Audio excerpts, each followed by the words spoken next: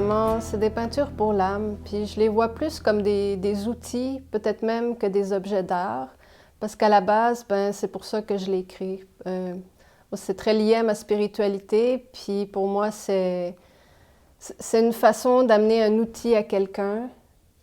Et je trouve qu'elles ont un caractère méditatif en partant. Et pour moi, elles m'amènent un peu comme dans une autre dimension, juste à les regarder. Et qu'est-ce que ça peut amener à quelqu'un, justement, de regarder vos œuvres? Moi, je pense que ça transforme. Du moins, moi, ça m'a transformée à force de les faire.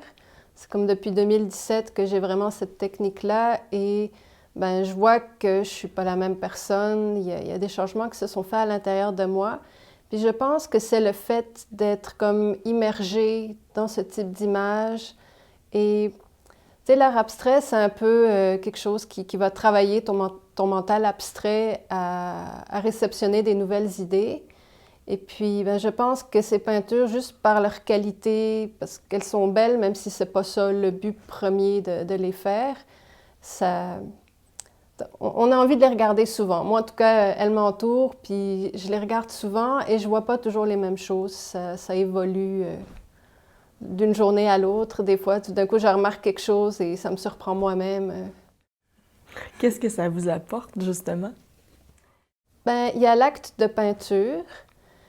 Que je dis que c'est des peintures pour l'âme, mais c'est aussi des peintures qui sont faites avec l'âme, dans le sens que moi, je ne suis pas un artiste qui va prendre son ego et qui va aller le mettre sur une toile. Je fais beaucoup du travail en dehors de peindre, dans le sens que quand je peins, je me connecte à quelque chose que je considère plus haut que moi. Donc c'est vraiment une peinture intuitive, mais une peinture où j'écoute ce qui vient de plus haut.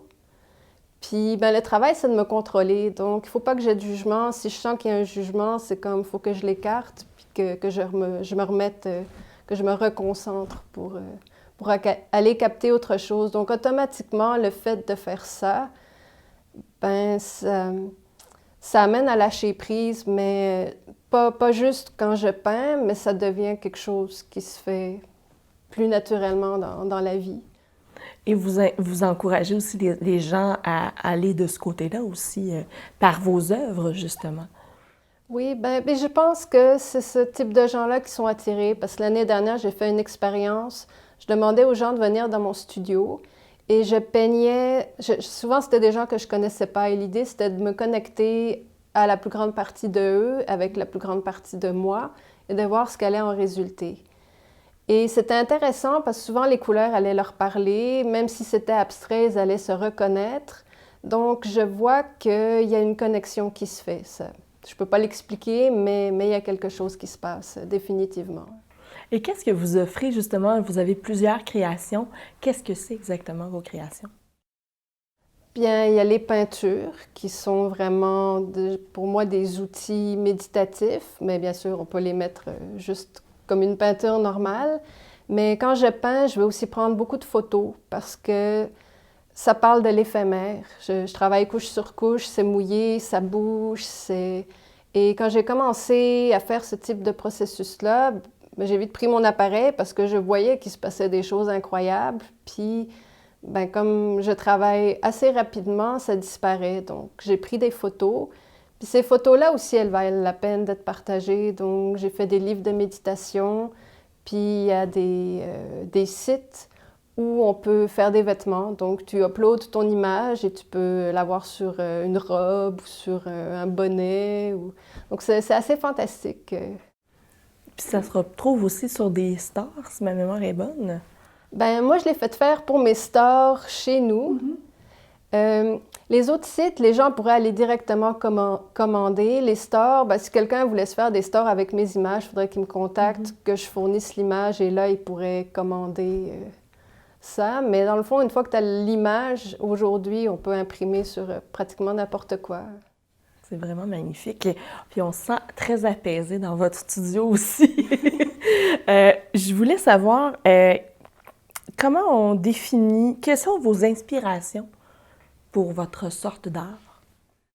Ben, comme ça vient vraiment de l'âme, je te dirais que mes inspirations sont plus venues peut-être d'un côté plus théorique.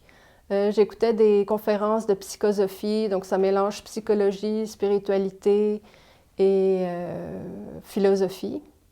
Et donc, c'est un peu ça qui m'a amenée parce que le conférencier Patrice Brasseur, il disait l'être humain, c'est un être très créatif. On peut créer n'importe quoi, mais il faut se demander qu'est-ce qui est intelligent de créer. Et c'est à partir de là que je dirais que mon art a commencé à changer, parce que je me suis demandé, mais qu'est-ce qu'il est intelligent de faire? Parce que je peux peindre n'importe quoi, mais pourquoi est-ce que ça vaudrait la peine que quelqu'un d'autre entre en contact avec ce que je fais? Donc, je te dirais, c'est un peu ça la base, c'est sûr. Ben, je fais de la méditation, il y a beaucoup apprendre à vivre la vie simplement pour que ça puisse se refléter dans ce que je fais. Quel est votre parcours? Ben, il y a eu beaucoup d'étapes. Moi, j'ai toujours un peu dessiné. Je te dirais, c'est dans les années 2000 que ma mère m'a prêté un kit d'aquarelle et que là, j'ai commencé à découvrir le plaisir de peindre l'aquarelle pour la lumière, la transparence. Et j'habitais au Québec, mais avec mon conjoint, on a décidé de s'en aller. Donc, on est parti 1 an en Colombie-Britannique. Puis là-bas, j'ai rencontré un artiste qui faisait de l'acrylique, puis faisait quand même des assez grandes toiles. Et il m'a dit, mais ici, les gens, ils achètent que des grosses peintures, faut que tu fasses de l'acrylique. Donc, j'ai été m'acheter un kit presque instantanément.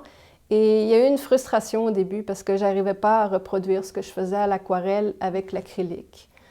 Donc, j'ai expérimenté, j'ai fait beaucoup de choses différentes. Puis le métier de mon conjoint nous a emmenés en Nouvelle-Zélande.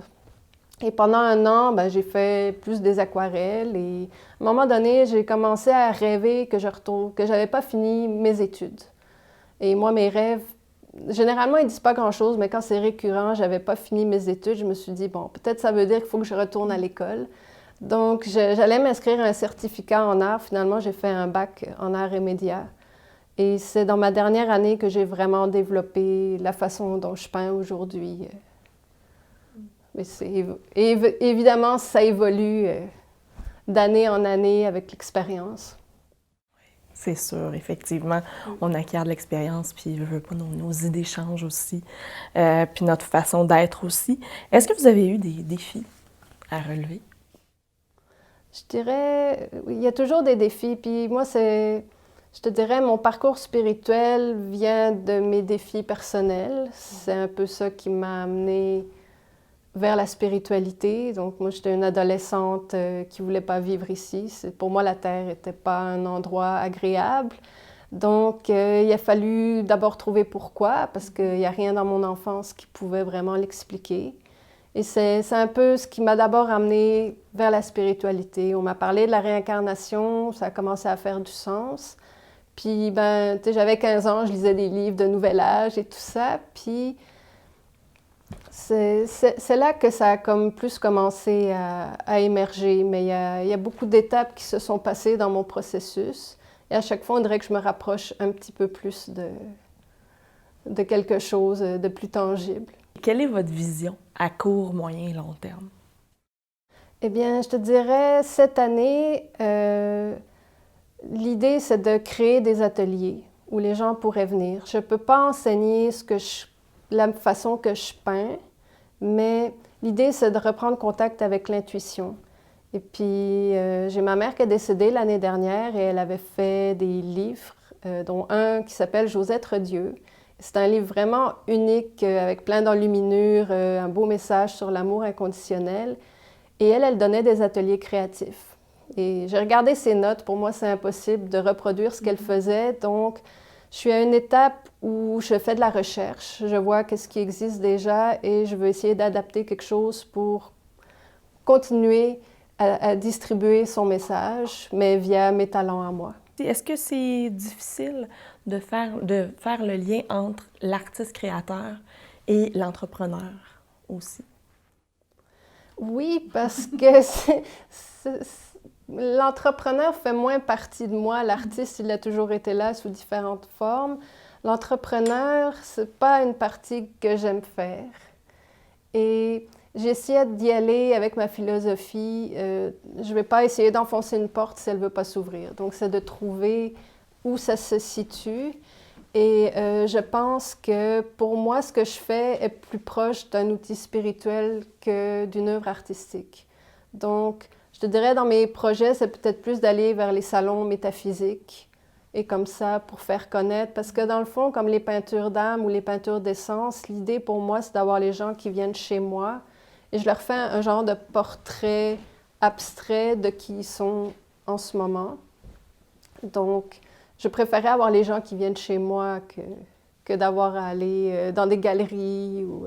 Qu'est-ce que vous diriez à quelqu'un qui aimerait venir vous rencontrer pour créer? L'idée, ce que je voudrais faire à partir du mois de mars, c'est d'ouvrir comme une après-midi, comme le samedi après-midi, puis d'inviter les gens à venir soit voir les œuvres ou j'ai comme des tables ici, installer des mandalas à colorier, puis ouvrir une porte pour le dialogue.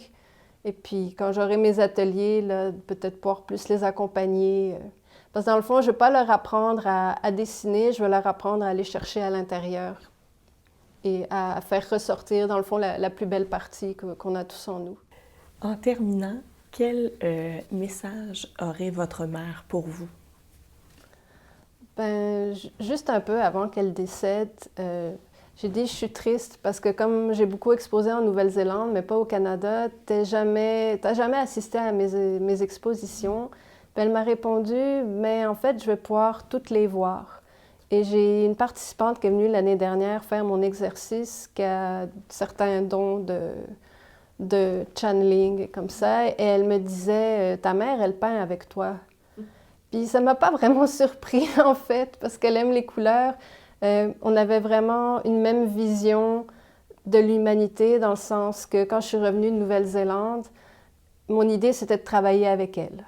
Je savais pas que ça se ferait chacun d'un bord du cosmos, mais je sens qu'elle est avec moi, puis c'est ça, je pense que je suis guidée par elle tranquillement. Les ateliers se forment dans ma tête, petit bout par petit bout, donc je sais qu'elle n'est pas loin, puis que c'est ça, elle peint avec moi.